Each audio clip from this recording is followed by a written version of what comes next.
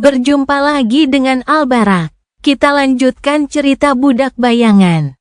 Jangan lupa share, like, komen, dan subscribe. Budak Bayangan bab 1981, Kekecewaan. Tidak ada cara untuk mempertahankan bastion dari Prince of Nothing, tidak juga kota di tepi Mirror Lake, tentu saja, dan kemungkinan besar bahkan kastil itu sendiri.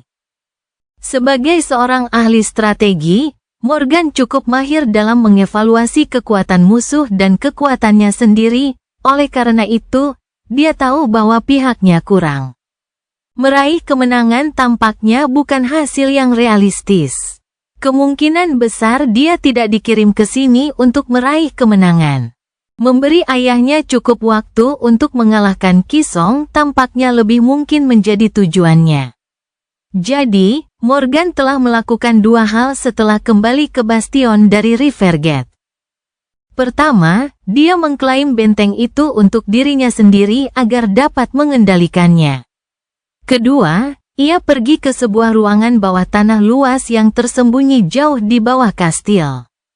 Di jantung labirin batu yang hanya sedikit orang yang tahu keberadaannya, dan bahkan lebih sedikit lagi yang diizinkan masuk. Di sana, sebuah cermin besar berdiri, menjulang di atas lantai dengan tinggi puluhan meter. Rangkanya tersusun dari dua pilar batu besar dan seluruhnya ditutupi kain hitam, yang tidak memantulkan apapun. Morgan ragu-ragu sejenak, lalu mengambil napas dalam-dalam dan menarik kain itu ke bawah. Ia mengalir ke lantai seperti air terjun hitam, memperlihatkan bangunan gelap cermin kuno. Ruang bawah tanah yang luas itu tenggelam dalam kegelapan, jadi orang akan mengira tidak akan melihat apapun yang terpantul di cermin besar itu. Namun, sebaliknya, cahaya bulan pucat keluar darinya, menyinari wajah pucat Morgan. Di dalam cermin, bastion yang hancur tampak melayang di langit malam yang indah. Bintang-bintang yang tak terhitung jumlahnya bersinar di permukaan air yang tenang, menjadi pucat dan suram oleh pecahan-pecahan bulan yang pecah. Makhluk-makhluk mengerikan bersembunyi di danau yang dingin, dan tidak ada kota di pantai yang jauh. Sebaliknya, hutan kuno berdiri di tempat seharusnya kota itu berada, penuh dengan binatang buas yang mengerikan. Itulah wajah bastion yang sebenarnya. Dan, tidak seperti tempat ilusi yang dihuni manusia di dunia nyata, itu adalah tempat yang bisa dipertahankan Morgan. Jadi, sambil mengambil napas lagi, dia menutup matanya, berkonsentrasi pada hubungannya dengan benteng besar. Dan membuat kenyataan dan ilusi bertukar tempat. Tak lama kemudian, sebuah kota yang disinai matahari yang terbentang di tepi danau yang indah terpantul di cermin gelap, sebaliknya, terlihat dari dinding kastil yang besar dan megah. Dia mendesah, menggertakkan giginya erat-erat, dan menggunakan otoritasnya atas benteng untuk membebaskan diri dari ilusi itu. Sesaat kemudian, Morgan menghilang dari ruang bawah tanah dan mendapati dirinya berdiri di aula yang hancur dengan podium tinggi dan kubah yang runtuh. Tidak ada sinar matahari di sini, tetapi pemandangan yang mengerikan itu bermandikan cahaya bulan. Dunia sedang dalam dekapan malam yang menakutkan. Kastil itu telah menjadi reruntuhan, dan danau yang tenang itu dikelilingi oleh hutan liar yang masih asli. Itulah yang ada di jantung Sword Domain sekarang. Benteng yang dikenal orang-orang tersembunyi dengan aman di cermin gelap, dan wajah sebenarnya dari tanah ini terungkap ke alam mimpi sekali lagi. Warga bastion aman. Tetapi hal yang sama tidak berlaku untuk seluruh Sword Domain. Bagaimanapun, kota-kota manusia saling bergantung satu sama lain, dan mereka terutama bergantung pada ibu kota, tempat di mana gerbang mimpi berdiri sebelum dipanggil ke Godgrave. Ada karavan pedagang, kelompok penjelajah, prajurit patroli, dan sejenisnya yang bepergian ke atau dari bastion. Sekarang, mereka tidak punya tempat untuk pergi atau kembali. Lebih buruk dari itu, Sekarang ada wilayah yang mengerikan dan berbahaya dari alam liar yang tak terjinakkan di jantung Sword Domain, yang jauh lebih berbahaya daripada tanah di sekitarnya. Benteng manusia yang paling dekat dengan Bastion, Rivergate, telah jatuh, tetapi sisanya harus mengerahkan seluruh kekuatan mereka untuk menghindari bencana. Untungnya ada Nightingale. Morgan telah mengirim pesan kepada orang-orang yang menguasai benteng saat para juara Transcendent tidak ada. Dan dia juga telah mengirim Seinkai untuk menjelajahi tanah di sekitarnya dan memperingatkan para penjelajah tentang bahaya. Dengan kemampuannya untuk terbang, penglihatan yang tidak manusiawi, dan kecepatan yang menakjubkan, sebagian besar tragedi dapat dihindari. Semoga saja. Tentu saja, dia tidak ragu bahwa saudara laki-lakinya yang tersayang akan mengantisipasi keputusan itu dan menyiapkan penyergapan untuk Sein yang menawan itu. Namun Nightingale adalah makhluk yang cukup menakutkan.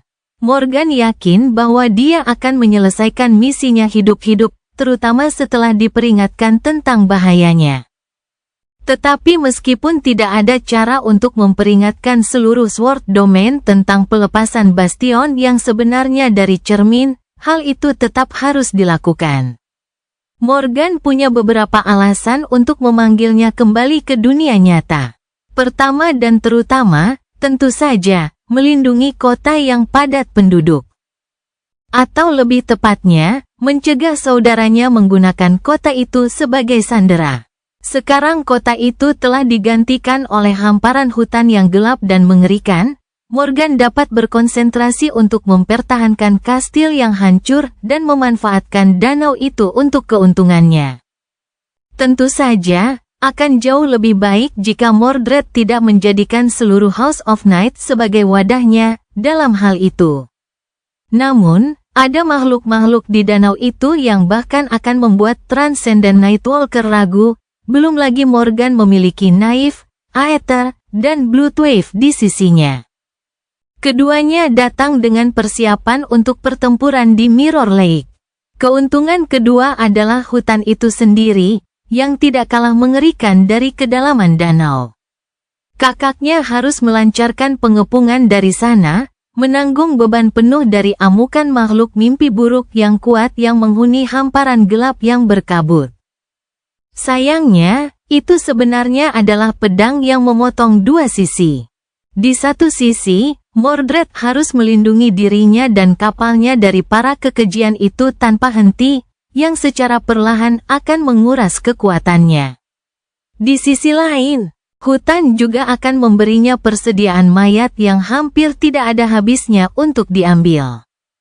Dan makhluk mimpi buruk yang sama bisa menjadi umpan meriam yang dikirimnya untuk melemahkan kekuatan para pembela kastil. Banyak darah akan tertumpah, yang disambut baik oleh Morgan. Semakin banyak kekacauan yang terjadi, semakin banyak pula kesempatan yang akan ditemukannya untuk memanfaatkannya. Keuntungan terakhir, menimbulkan kekacauan paling besar sejauh ini. Itu juga yang paling penting, dan paling berbahaya dari ketiganya. Baik bagi Mordred maupun bagi dirinya sendiri. Keuntungan itu adalah yang lainnya. Budak Bayangan bab 1982, undangan terbuka. Tidak ada cermin di Bastion yang sebenarnya. Bahkan cermin besar yang digunakan Morgan untuk mengganti dunia ilusi dengan kenyataan hanya ada di dalam ilusi. Dan ada alasan bagus untuk itu. Yang lainnya, refleksi memiliki pikirannya sendiri di Bastion yang sebenarnya. Ada makhluk aneh, asing, dan mengerikan yang menghuni cermin di sini, dan terkadang mereka bisa memasuki dunia nyata tanpa diundang. Morgan tidak mengetahui perinciannya, namun ia tahu bahwa keluarganya telah sangat menderita, dan telah membayar mahal, karena mengklaim benteng iblis imajinasi di masa lalu yang jauh. Topik ini merupakan hal tabu yang bahkan orang-orang tua pun tidak berani membicarakannya. Yang dia tahu hanyalah bahwa cermin besar harus selalu ditutup, dan seseorang harus berhati-hati di sekitar permukaan yang memantulkan cahaya di bastion yang sebenarnya, terutama danau itu sendiri. Ada seperangkat aturan yang harus dipatuhi di sini dan seperangkat larangan yang harus dipatuhi, agar mereka tidak ingin kehilangan nyawa dan membahayakan nyawa orang lain. Namun, banyak dari para ksatria elit yang diizinkan berada di sini tewas dengan cara yang mengerikan. Morgan sendiri sedikit berbeda, karena dia dipaksa untuk menghadapi dan membunuh bayangannya sendiri tidak lama setelah menjadi seorang yang terbangun. Ayahnya telah mengantarnya ke cermin besar secara pribadi pada hari itu, dan menyaksikan pertempuran sampai berakhir. Hak perjalanan itu merupakan pengalaman yang cukup berkesan baginya. Maka dari itu, dia sengaja membiarkan cermin besar itu tidak tertutup hari ini, dan mengundang yang lain untuk datang. Jelas saja, hal itu membuat reruntuhan kastil kuno itu sangat berbahaya bagi Morgan dan keenam orang suci miliknya. Namun, hal itu akan jauh lebih berbahaya bagi saudaranya, sang pangeran ketiadaan, tanpa diragukan lagi. Lagi pula, sebagian besar kekuatannya ada hubungannya dengan cermin.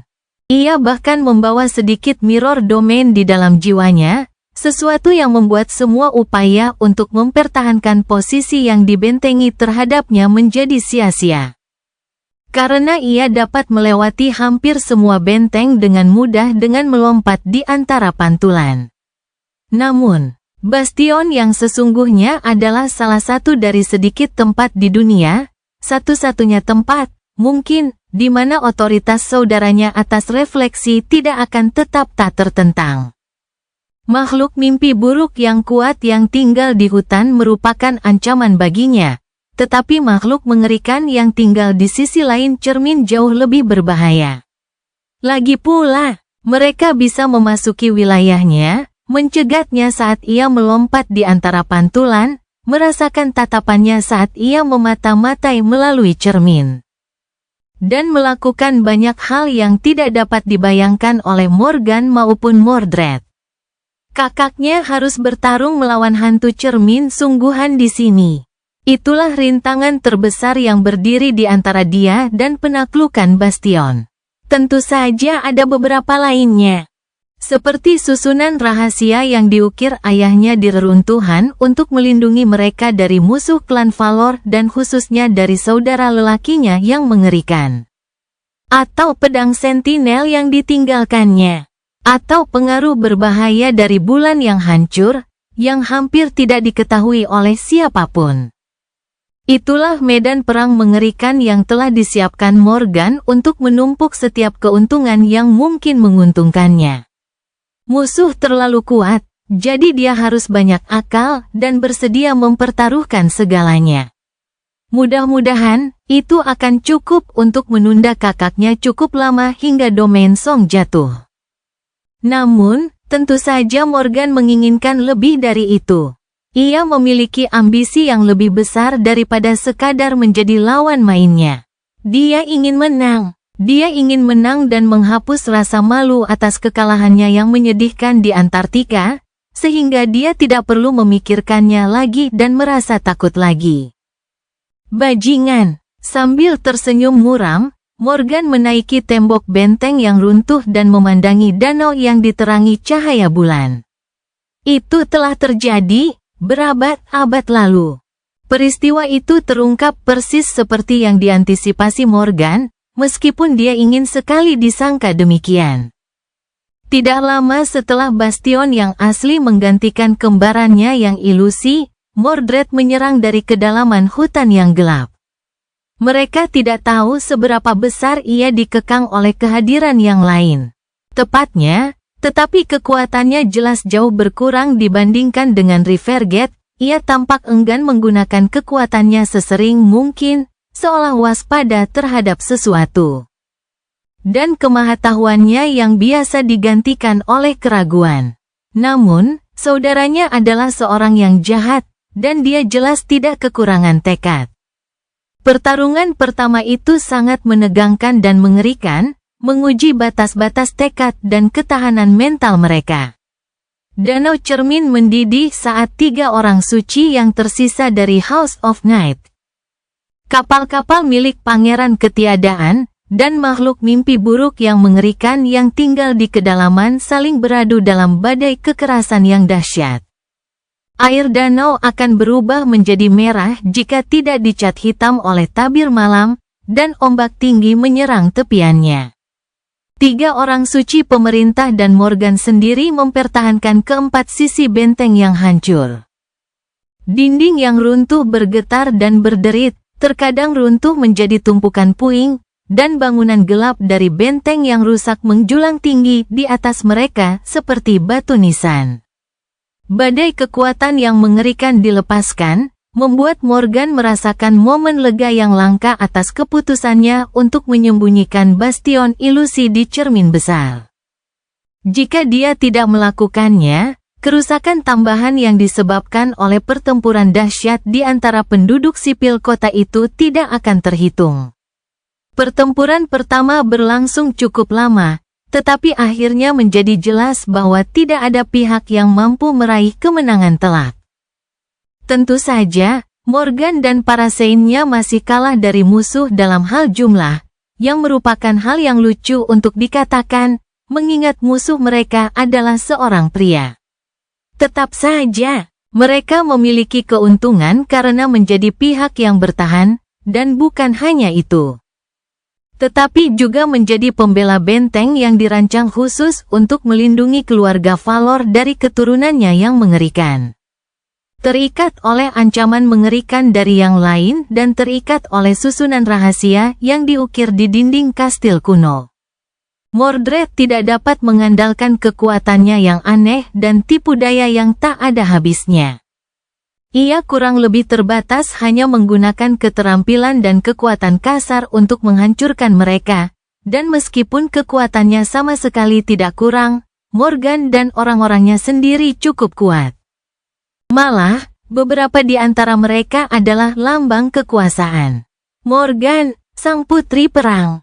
Hantu yang dingin dan cantik, Soul Reaper Jet, dikenal dan ditakuti oleh sebagian besar Awaken.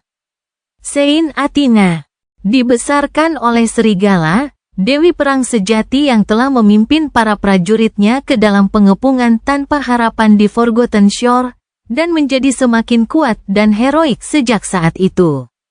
Saint Kai, sang pembunuh naga, dan 3 orang suci terakhir dari klan besar yang telah tumbang, yang membara dengan hasrat untuk membalaskan dendam kerabat mereka. Itu adalah pertempuran yang sangat epik.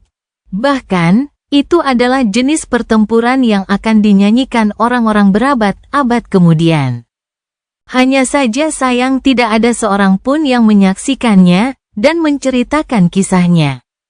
Mungkin jika Nightingale mengangkat mikrofon sekali lagi.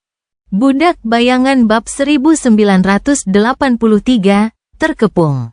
Bagaimanapun, Mordred tidak dapat membasmi mereka tanpa menggunakan tindakan ekstrim yang tidak hanya akan menempatkannya dalam risiko besar, tetapi juga mengakibatkan kerugian besar di antara kapal-kapalnya.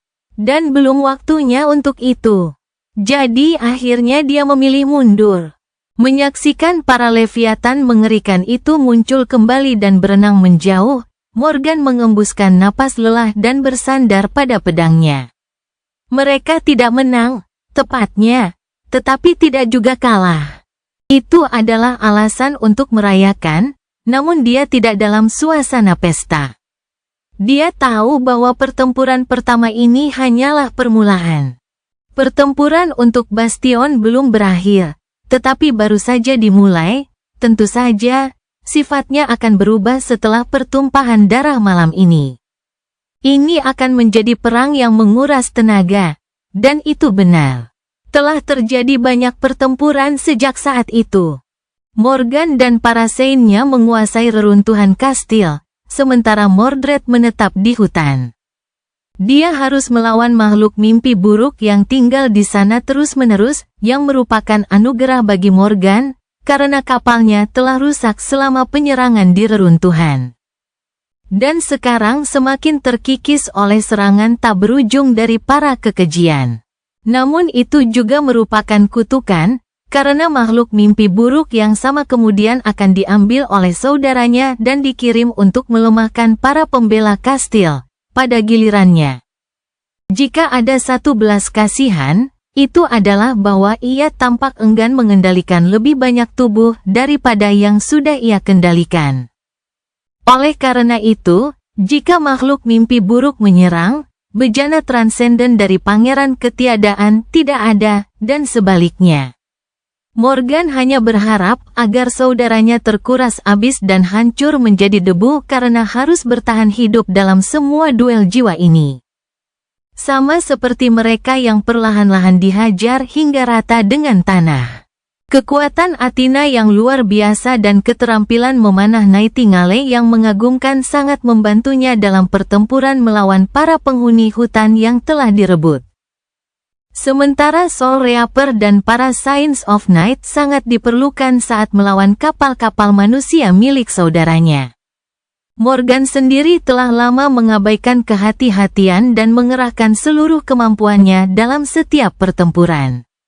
Aspeknya sangat tangguh dan serba bisa, begitu pula kemampuan transendennya.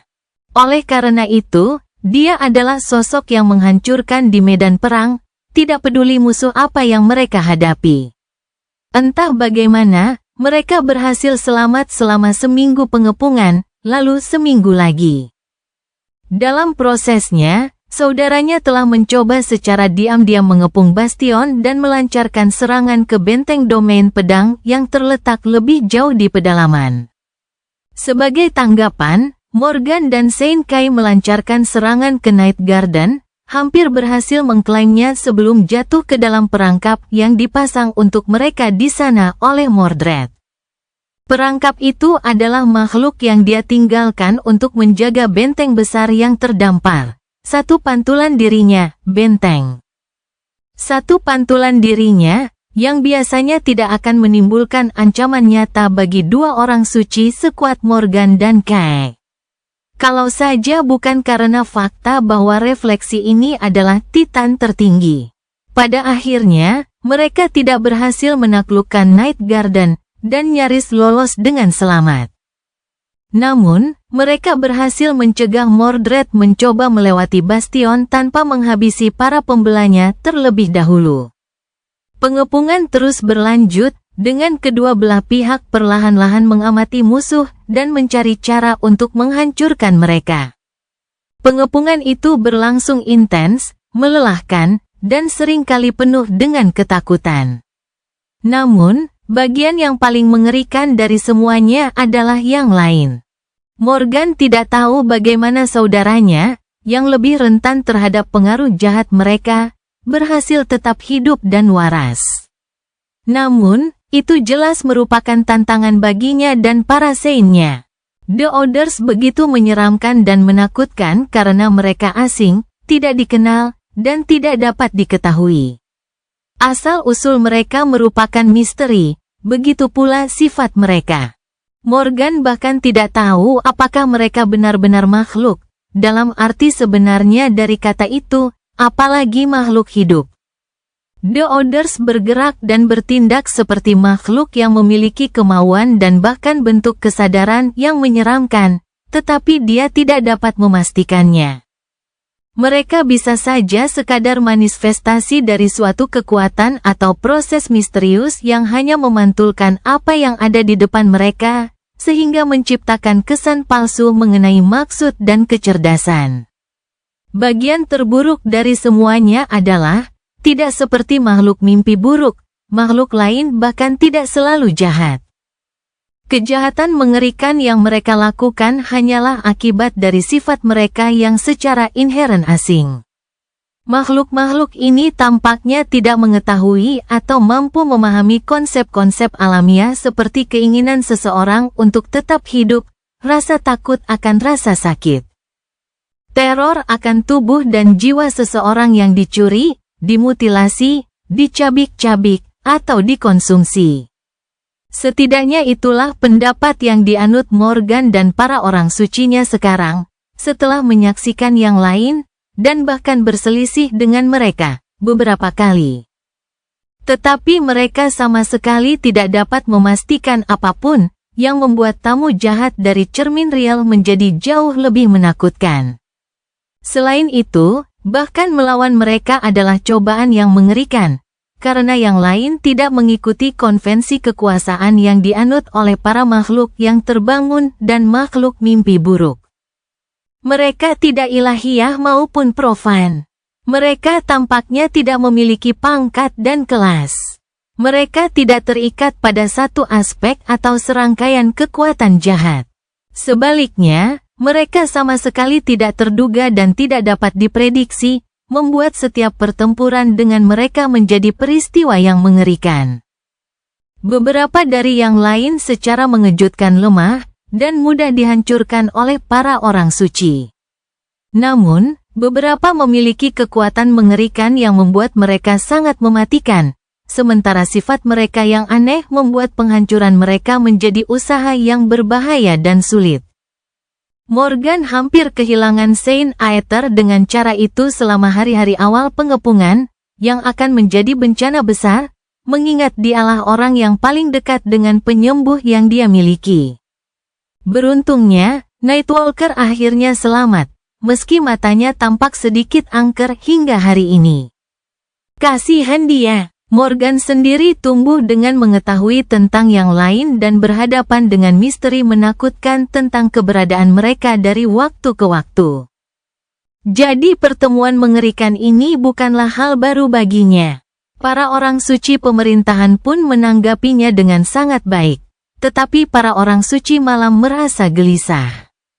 Berapa lama lagi? Sambil mendesah, dia menggigil kedinginan, memandangi tuniknya yang berlumuran darah dengan jijik, lalu berjalan menuju danau untuk terjun. Bab-bab tambahan ini dipersembahkan kepada Anda oleh pasukan Song yang gagah berani. Guilty Tree, Budak Bayangan bab 1984, di bawah permukaan. Danau cermin menyembunyikan kengerian yang tak terkatakan, sehingga sangat sedikit orang yang berani mandi di dalamnya. Namun Morgan tidak peduli. Dia tidak punya pilihan selain datang ke tempat gelap ini, dan baginya, tidak ada jalan keluar dari perang. Pengepungan itu tidak akan berakhir dalam waktu dekat, tetapi setidaknya dia bisa berusaha untuk tidak menghabiskan sisa hidupnya dengan perasaan kotor. Pokoknya, itu rumahnya. Air hitam itu tampak tenang dan sunyi, memantulkan cahaya bulan di langit. Melangkah ke dalamnya seperti melangkah ke langit malam, dan mandi di dalamnya seperti mandi di antara bintang-bintang. Sambil menikmati dinginnya danau, Morgan mendesah puas dan mengamati pantulan dirinya. Penting untuk diketahui bahwa bayangannya tidak melakukan hal aneh, seperti mengikuti gerakannya dengan tatapannya atau mencoba berbicara. Morgan lebih aman daripada kebanyakan orang dari dimangsa oleh yang lain, karena dia telah membunuh bayangannya bertahun-tahun yang lalu, tetapi dia tetap harus berhati-hati. Pantulannya tampak rapi dan sopan, menatap punggungnya dengan dua mata merah menyala, yang tampak bersinar lembut dalam kegelapan. Sambil tersenyum, Morgan dengan hati-hati melepas tuniknya yang berlumuran darah. Dia tahu bahwa Saint Kai mungkin tersipu dan buru-buru berbalik ke suatu tempat di reruntuhan, tetapi dia tidak peduli. Benda kotor itu menjijikkan, dan dia bertekad untuk membersihkannya dengan baik. Satu-satunya masalahnya adalah kain yang sudah usang itu terbelah di bawah jari-jarinya, dan beberapa luka baru muncul di permukaannya. Morgan mengutuk cacatnya dengan pelan. Jubahnya terbuat dari kain mistis dan biasanya dapat menahan sentuhannya, tetapi sekarang, jubahnya telah menjadi compang camping dan rapuh. Merasa sedikit sedih, dia membungkuk untuk membersihkan darah dari kain hitam itu. Dia seharusnya berkemas lebih teliti sebelum mengirim bastion ilusi itu ke cermin besar. Tentu, ada persediaan di kastil yang sebenarnya, dan dia bahkan punya tempat tinggal sendiri di sini. Tetapi bagian reruntuhan itu hancur dalam salah satu pertempuran yang tak terhitung jumlahnya, mengubur lemari pakaiannya di bawah reruntuhan.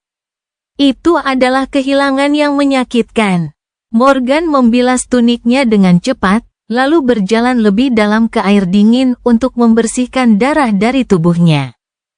Pada saat itu, ada gerakan halus di bawah permukaan, dan sesuatu yang licin melilit tulang keringnya.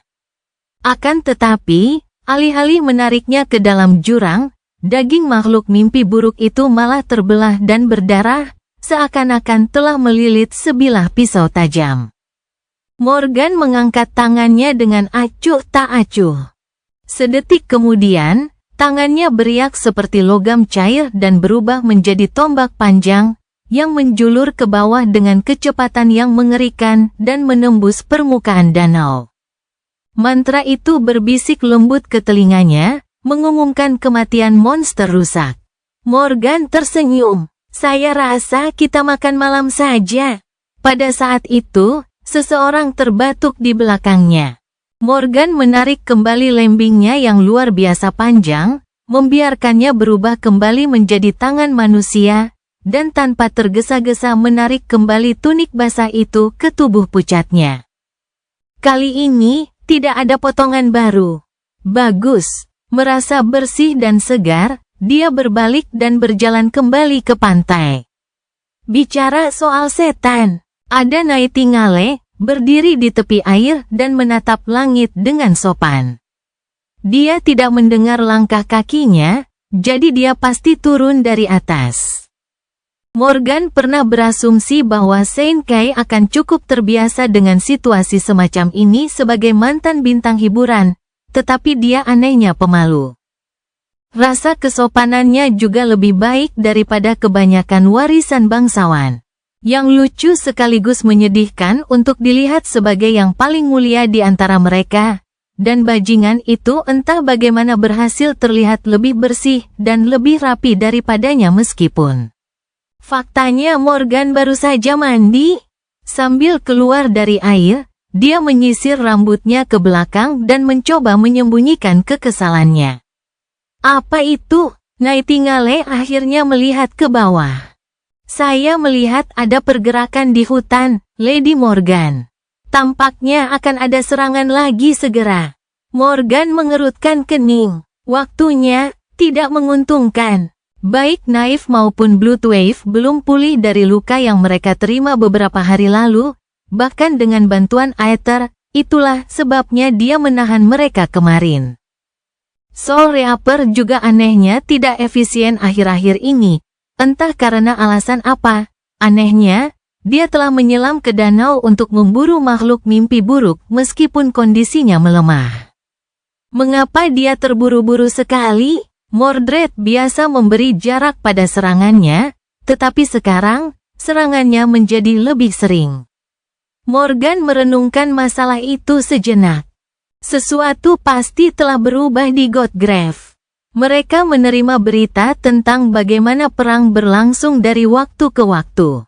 Hal terakhir yang didengarnya adalah bahwa Nevis, Gilead, dan Lord of Shadows telah berselisih dengan putri-putri Kisong di Hollows, dan bahwa Seisan akhirnya menaklukkan benteng untuk wilayah Song.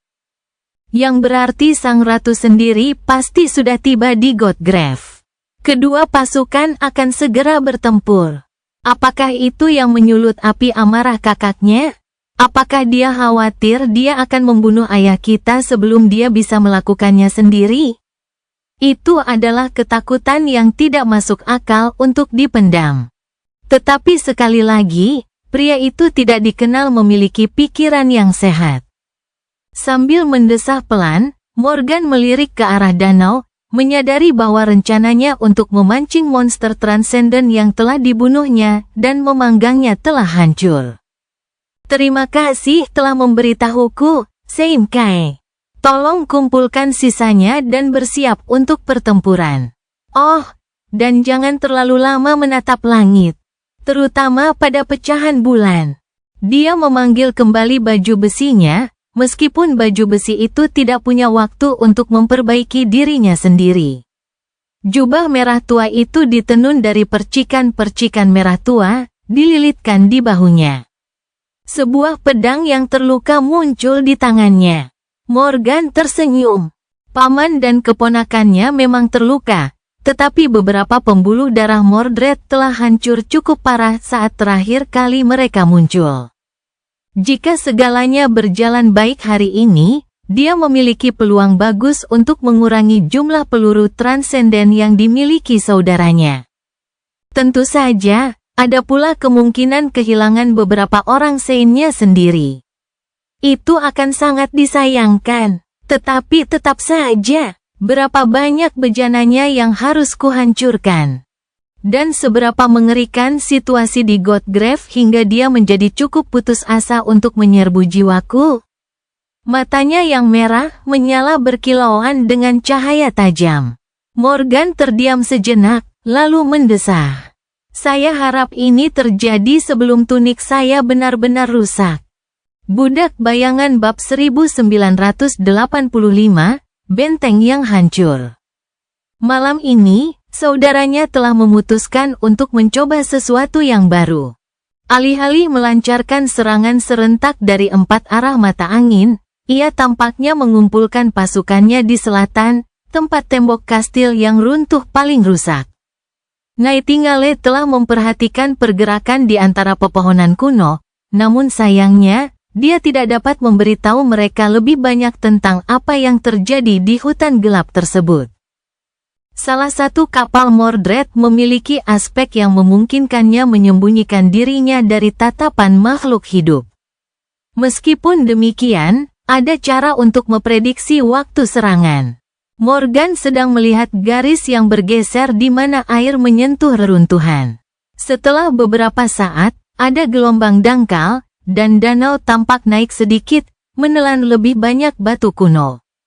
Dia mendesah. Topan telah memasuki danau. Tipaon dulunya adalah salah satu saint terkuat di House of Night, dan juga ayah Aether. Namun, sekarang, dia adalah salah satu wadah terkuat milik Mordred, dan kutukan sejati bagi para pembela bastion. Wujud transendennya begitu besar dan mengerikan, sehingga kehadirannya di medan perang dapat dilacak hanya dengan memperhatikan danau. Saat ia berubah, jumlah air yang dipindahkan begitu besar sehingga permukaan danau tampak naik. Itu pertanda buruk. Berdiri di sampingnya, Aether menunduk, wajah tampannya berubah muram dan menjauh. Knife dan Bloodwave bergerak sedikit, monster itulah yang telah melukai mereka dengan sangat parah dalam pertempuran terakhir melawan kapal transenden milik Prince of Nothing. Sesaat kemudian, datanglah gelombang lain, dan air pun naik lebih tinggi lagi. Morgan tersenyum. Gurita besar juga datang. Luar biasa. Saint Knossos merupakan petarung hebat lainnya di antara para juara transenden yang diambil oleh saudaranya. Belum lama berselang, dia merupakan salah satu pilar klan agung. Sekaligus tetuanya, dan sebelumnya, dia merupakan rekan Nightwalker dan kepala salah satu klan Stormsea yang bergabung membentuk Wangsa Malam. Nightwalker sendiri telah lama tiada, tetapi Knossos telah bertahan selama puluhan tahun menghadapi cobaan dan kesengsaraan mantra mimpi buruk. Namun, dia tidak selamat dari Mordred of Nowhere. Kini, tubuhnya menjadi salah satu ancaman paling mengerikan bagi Morgan dan para saintnya. Transformasinya adalah transformasi seekor kraken raksasa, dan bersama Tipaon. Kedua makhluk keji ini adalah palu yang digunakan saudaranya untuk memukul para pembela kastil yang hancur di setiap pertempuran. Semua kapalnya yang lain memiliki wujud transenden yang kuat, tetapi tak ada yang dapat menandingi ukuran dan kengerian kedua raksasa itu. Morgan menarik napas dalam-dalam dan mendengarkan malam itu sejenak. Dunia terasa damai. Danau itu tenang dan sunyi, dengan hamparan bintang yang indah terpantul di permukaannya. Airnya berdesir saat membasahi pantai, dan angin sepoi-sepoi berhembus dalam kegelapan yang diterangi bulan. Ini adalah rumahnya, hak lahirnya, dan bebannya. Keheningan itu tidak akan berlangsung lama. Dia memandang ke seberang danau, mengamati pantai yang jauh. Bersiaplah, ini sudah dimulai. Hanya beberapa saat setelah dia berbicara, danau tiba-tiba menjadi gelisah, dan ombak yang lebih tinggi menghantam puing-puing. Aether, Athena, mereka berdua adalah pelopor mereka. Aether diam-diam melompat dari dinding dan berlari ke arah danau, tetapi Raised by Wolves bertahan sejenak dan melirik Morgan. Agak menyebalkan rasanya menjulurkan leher untuk menatap mata si cantik jangkung itu, tetapi Morgan menurutinya. Ya, Santa Athena tersenyum. Yang mulia Putri Morgan yang terhormat. Sudah berapa kali aku menyuruhmu memanggilku Evie? Alis Morgan berkedut sedikit. Dia terdiam sejenak, lalu menjawab dengan senyum yang dipaksakan, hampir sama banyaknya dengan menyuruhku menaruh daging di tulangku. Bawahannya yang nakal itu tertawa sambil melompat turun. Wah, harusnya sih, anak saya juga nggak pilih-pilih makanan. Beberapa saat kemudian, dia mendarat di reruntuhan di bawah dan mengikuti Aether dengan langkah santai. Morgan menahan keinginan untuk memutar matanya. Omong kosong, aku tidak pilih-pilih, dia hanya punya standar. Saat dia melihat, Aether mencapai danau. Tidak seperti kedua anggota klannya. Sein yang lebih muda tidak memiliki aspek yang terikat pada kedalaman, garis keturunannya telah terwujud dalam kedekatan yang mengejutkan dengan langit malam dan cahaya bintang. Meski begitu, dia bukannya tidak berdaya saat dikelilingi air. Alih-alih terjun ke dalam danau, Aether hanya melangkah ke permukaannya dan terus bergerak maju. Di belakangnya, di tepi pantai, Athena mengaktifkan kemampuan naiknya. Pada saat berikutnya, Morgan merasakan aliran kekuatan yang menyegarkan merasuki tubuhnya. Pipinya yang pucat sedikit memerah, dan napas panas keluar dari mulutnya. Dia merasa kuat, tak kenal lelah, dan penuh potensi yang tak terkendali. Setiap kali Morgan mengalami sensasi menggembirakan ini, dia mengerti mengapa Raised by Wolves sangat disukai oleh tentara pemerintah dan penduduk sipil. Di antara hal-hal lainnya, tentu saja, para Sein lainnya juga merasakan efek kekuatan Athena. Meskipun kelelahan dan letih selama beberapa minggu terakhir, mereka tiba-tiba tampak tidak sabar untuk ikut bertarung. Bloodwave menatap Morgan lama dan bertanya, suaranya yang dalam membuat bulu kuduknya merinding, bagaimana dengan kita? Dia menggelengkan kepalanya pelan. Mundurlah. Kita akan menghadapi mereka di darat hari ini. Si orang suci berambut putih itu mengerutkan kening, tetapi mendengarkan perintahnya. Akan menjadi kerugian untuk meninggalkan dia dan Naif di luar air, sehingga tidak dapat menggunakan aspek mereka sepenuhnya. Namun Morgan punya firasat buruk tentang serangan hari ini. Sudah saatnya bagi saudaranya untuk menemukan taktik jahat baru.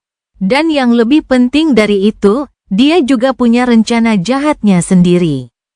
Agar rencananya berhasil, ia harus memancing musuh agar menjauh dari danau. Soul Reaper hanya bersandar pada tombak hantunya, menatap air yang bergelombang dengan senyum malas. Mata birunya yang dingin tampak dingin dan kejam. Tinggal di daratan cocok untukku.